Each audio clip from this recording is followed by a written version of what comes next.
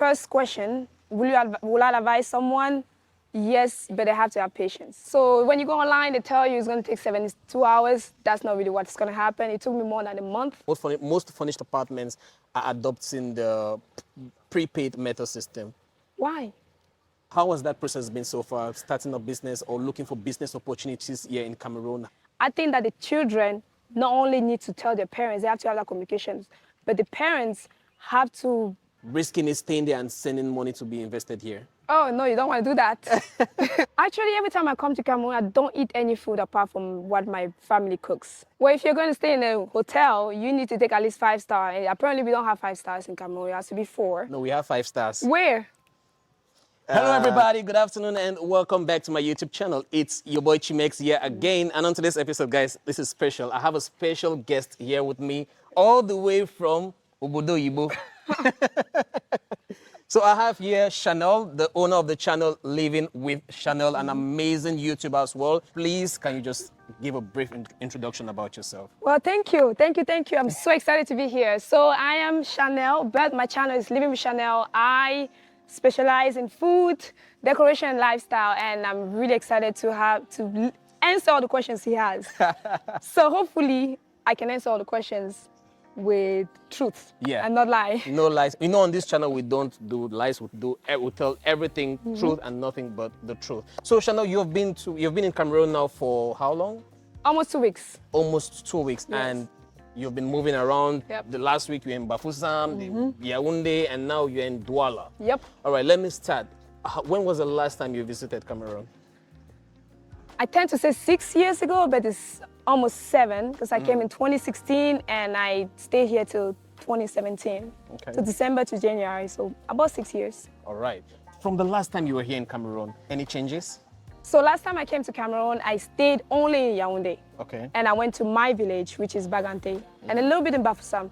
I have not been to Douala in a long time, since I left when I was like 8 years old.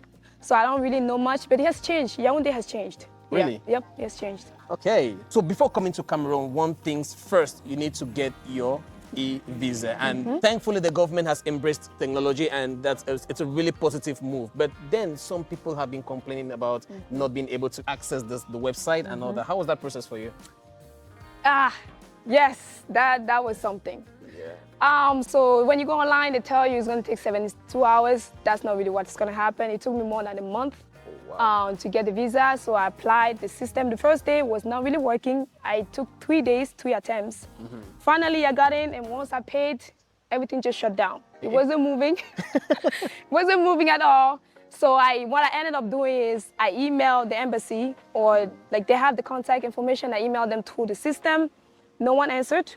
I took the information and I emailed to my personal email. Within 3 days, I got a response. What brought you to Cameroon after 6 years?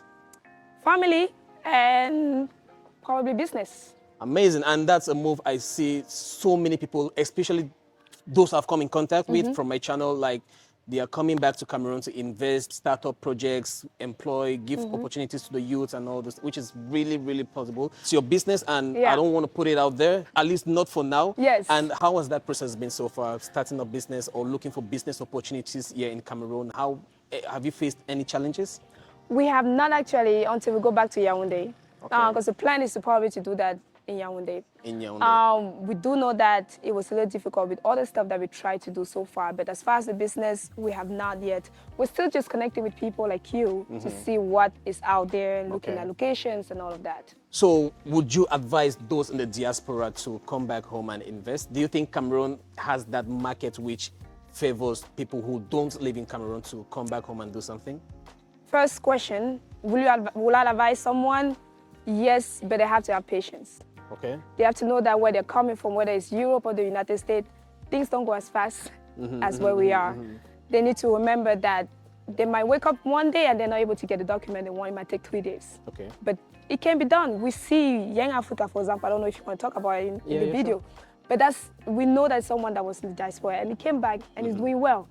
So we know that it can happen in Cameroon. We just have to have the patience. All right. By the way, this video is sponsored by Young Africa, your #1 touristic destinations. Consolidate activities all over Cameroon just for you to come back home, have fun, and immerse yourself in the culture of Cameroon. All right, talking about the culture of Cameroon, you went to the western part of Cameroon. How was that experience for you? Beautiful. Aye, aye, aye. I am from the West. So I loved it. My dad is Bagante, my mom is Bafang, and my grandma is Bahambanjun. So I went to Bafang.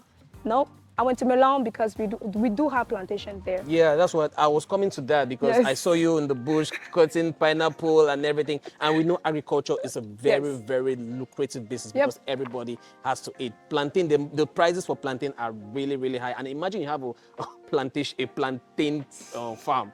Bro, Yes. you're a millionaire now, Yes. possible billionaire in the Yep. nearest future. Yep. So going back to the village, coming from somewhere as America where everything is already established and all Yep. that, then coming back to Cameroon and seeing how everything is still raw and untapped Yes. right here.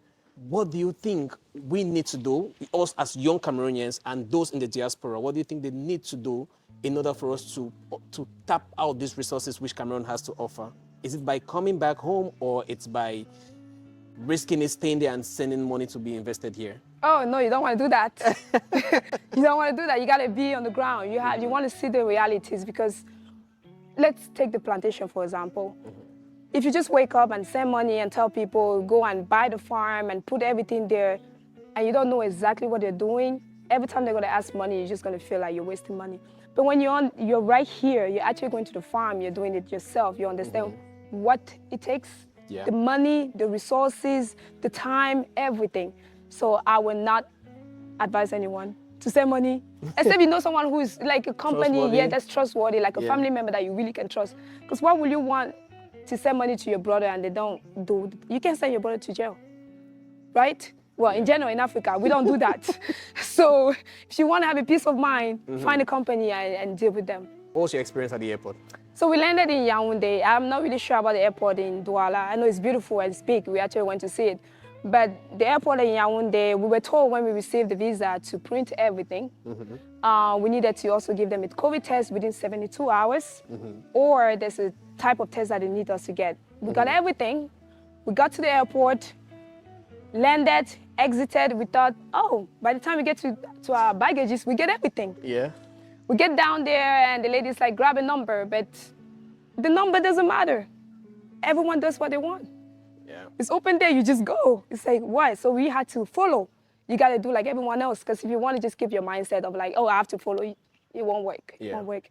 But we landed about 10, we left the airport, it was almost 1 a.m. 3 hours at the airport, that's too long. Wow. It shouldn't be like that. We had other people that were not Cameroonians who were complaining. And if we want people to come here to do tourism, they have to have a good experience. If we don't have that, people are not going to come back. We love Cameroon, that's why we come back. But if you're not from Cameroon, you're not going to come back. That's the problem. We know Cameroon has a very wide cuisine. Yes. And for you've been in America for the past 6 years since you lastly came to Cameroon, and you've been eating spinach in place of true. water leaf. Is it spinach or what? Yes, that's what we're using. what? Actually, every time I come to Cameroon, I don't eat any food apart from what my family cooks. But when I'm out, I only eat fish. Really? So I've not eaten, well, when we were in Yaoundé, I did have rice, but I've not eaten anything else. I ate arrow for my mom, but when I go out, it's just fish Okay. or all soya. right. Street Fish food. or soya. Guys, we need to introduce her to plantain and miondo, plantain and plum. I did eat that. Corn and plum, not the plantain yet, but the corn, the peanuts. All right. Yes. So watch out for street food with Charnelle. Yeah. Let's just imagine, let's just say imagination. You are given powers right now to change Cameroon. What's that one thing you would want to change about Cameroon? That's a tough question because there's a lot. We start with the roads. We need to build roads. Yeah, for sure. we need better road networks. Yes. Because the road from Bafoussam to Douala, it was terrible. Potholes on that road. I can testify, guys, the potholes on that road. And it's so like, Yes. yeah. But one thing I love about that road is the landscape. It's Beautiful. The landscape is just, we just need better roads. That's all we need. So far your impression about Cameroon, I guess you're loving it so far because I can see from your posts, you're really having a great time in Great time. Cameroon. I am. So lastly, what would you say to my people who are still out there and thinking of coming to Cameroon but still have doubts on what, because they don't know what to expect while they visit? No, they should come. You should come back. If you're Cameroonian, you should come back. If you're not Cameroonian, you should come and check it out because you never know until you try it. Just have to remember that things are a little slower there, here, but it works. It moves on. And connections. You have to have connections in Cameroon. If you don't have any connection, try to find people in the States or wherever you live that know people back home because it's going to make your life a little easier than if you just show up and you want to do everything like you're used to. All right, I want to talk about real estate because I know real estate, it's a sector whereby most of the diasporas really want to invest in the real estate business. So far, you've been here, you've been living in appartement meublés, and from what you told me behind the scenes, the experience has not been good because poor maintenance. Yes. But then what do you think can be done so these things don't go out of business? Because I know the appartement meublé is literally taking over the hotel business because everybody wants to come and feel at home away from home. You get. But then I feel like our real estate in general, the way we still build houses is not really up to standard. When I show houses on my channel, people are like, Chimex, Cameroon is trying, but they are still way behind. They always we are not here to compare with people. We just need to look at and try to. But then we are Cameroonians and we are Cameroon. We try to do things our own way. But then we still have to at least take it up a little bit. Yes. You get. Yes. But then the real estate market, the real estate business, the real estate developers in Cameroon are lacking way behind. We're in 2023. We cannot still be building toilets the same place with the shower room. It doesn't make sense. It's not done like that. So, and also for those of us who are investing in the apartment meublés, I know many of you guys are watching me who have apartment meublés right here. Please, maintenance is very important. My sister right here really had a bad experience. She has been going from one apartment meublé to the other because of poor maintenance. Do you want to share your experience with? Sure. Yeah? Yeah. But don't call names, so I won't call names. I won't call names. Don't worry, I won't call names. Right. The very first one we lived in was not, it looked nice until you sat there for 2 hours. You realize you have people that live with you, not people, you know what I mean? Little creatures living with you. And that was, like you mentioned, building the toilet seat where you take a shower. It could be in the same room, but while you're taking a shower, the water is touching toilet seat. Why are we still doing that? I don't like it because the people that are building are from the diaspora. Yeah. Why don't they create the same thing here? Why are we still building from 2006 when we can be building for 2023? It's just, it's not okay. But the hotels are a little different though. The hotels are doing a better job. Yeah, hotels are doing a better job because the standards are getting higher because the market is really competitive for that standard. So everybody needs to up their game. But for apartment meublés, you know that, all right, anybody can come stay here. So let's just do the bare minimum and move on with it. Yes. Yeah. So, but you can still do that, and that's okay. That's fine. But at least keep it neat. Get a good management to keep the place clean and touch-ups. Yeah.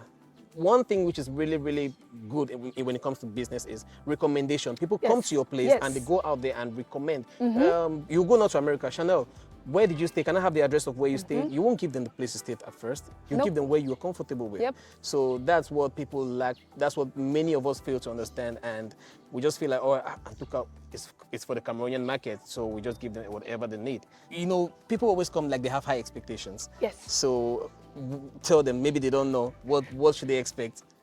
Well, if you're going to stay in a hotel, you need to take at least 5 stars. And apparently, we don't have 5 stars in Cameroon. It has to be 4. No, we have 5 stars. Where?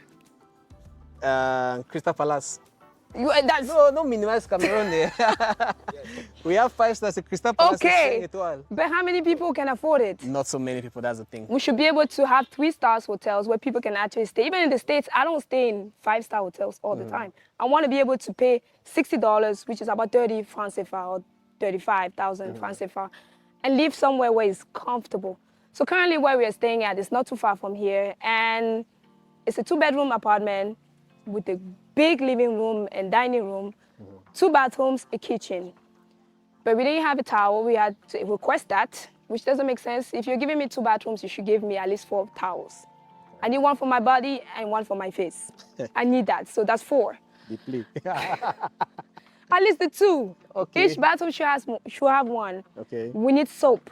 You can't give me savon macabo to wash my body and wash the dishes and wash my clothes. It just doesn't work. And I didn't even receive it. I had to request. So I had to actually pay to ask my brother to go buy one. Okay. Hot water. It's okay if you're in Douala because it's pretty hot here. But if you're someone who's constantly cold and the heat is okay, we should have that. Okay. We have to pay light. Oh, yeah. Because right now, most furnished apartments are adopting the prepaid meter system. Why?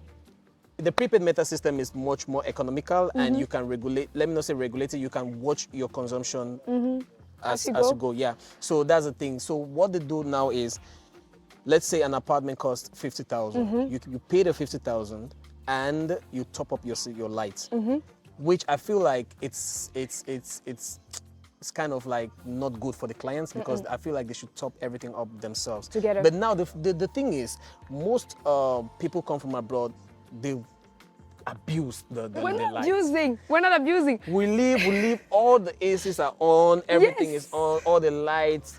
For no, why, like, so I recommend that. So if you want to stay in an apartment, you put your lights so that you can watch your consumption. You get, those of us in Cameroon, we're kind of used to it. Because whenever I travel to Limbe and I live in an apartment, I always top up like 2,000. 1,000 gives me 20 kilowatts. So I watch how I'm consuming my electricity, because I don't want to stay in a house with no AC and Yeah. I guess it makes sense because of the environment. You also want to keep people aware that you should not be leaving lights everywhere. But for Douala with the AC, I need AC.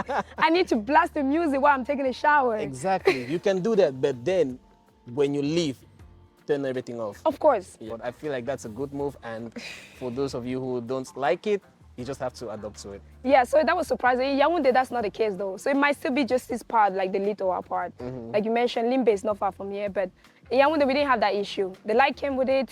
You want to listen to something. So I woke up this morning and I tried to plug all my accessories, my phone, my GoPro and all that. There's no light.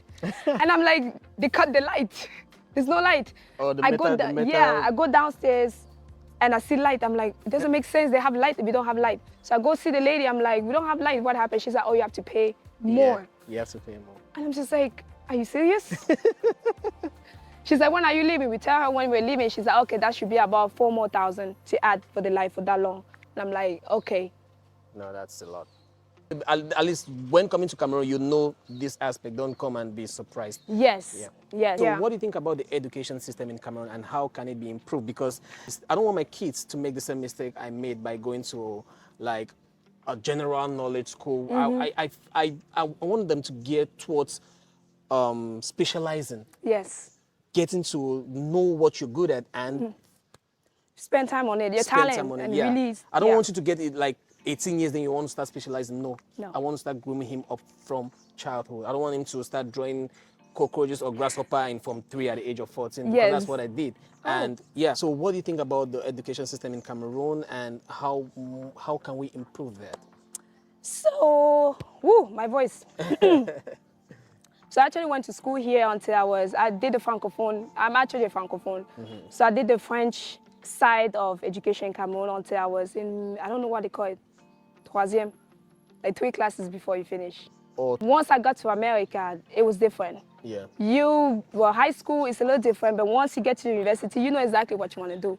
I know I always wanted to be a judge, and when I got there, I realized it was a different way to get there.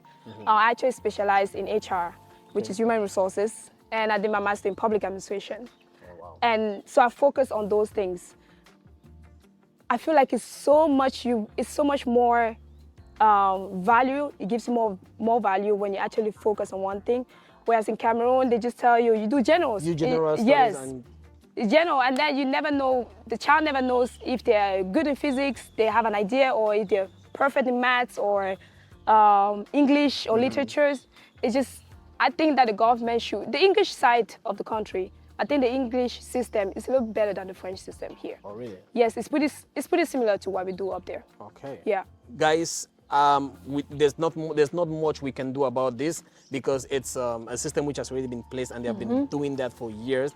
But I feel like as parents, as guardians, we need to encourage our younger ones to get more into gaining a skill, learning a skill, and specializing in what you're good at. If is it painting? If you're good at painting, go for the painting.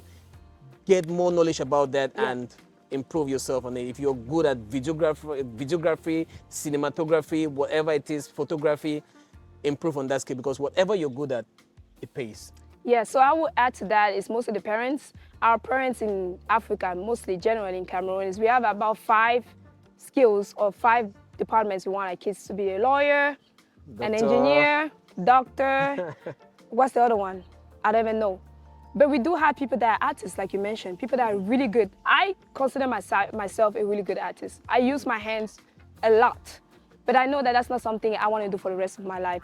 Whereas there's some people that they're so good at one thing, but the parents keep pushing them somewhere else. Yeah. And then they go there and spend all the money and the time, and they don't even end up enjoying. I think that the children not only need to tell their parents, they have to have that communication, but the parents have to guide the children into that path. One reason why other countries like America is really doing well is because people don't do everything at the same time. You can learn a lot about things, but there's one thing that you focus on, and you can hire people to do the rest. You don't need to know everything. You don't need to know everything. That's true. Yeah. So thank you so much, Charnelle, for sharing your experience with us. And please go to her channel, Charnelle Living with Charnelle. The link is down in the description box. Make sure you go follow her. Do not forget to like this video and subscribe if you haven't. Any last word for my viewers and everybody? I am very excited to be here. My voice is still bad, but if you want Chimex, are you going to post this before I leave? Yeah, I will. Damn, I'm still going to be in the country. Before you want them to catch me at the airport? Be rest assured, no one is going to do anything. It's fine, it's fine. I got you covered. It's fine. We didn't say anything bad. Definitely. But it's been a great experience so far. We're going to be heading to Yaoundé. We're probably going to be doing Kribi and Limbe. We wanted to go to Boya. We're not sure we'll do that. But I think we're going to be doing Kribi together. Are we not doing that waterfall and all? Are you not taking me somewhere with Brain Africa? That's the office right there. We can start booking right away. So that's what I'm saying. All right. So that's anyway. After this, we'll talk about that. Yes. All right, guys. So that's it for me, and that's it for Charnelle here as well. And see you guys on the next one. This is your boy Chimex, and I'm out. Don't cut yet. I'm not saying peace. This is your boy Chimex, and I'm out. Peace. Bye.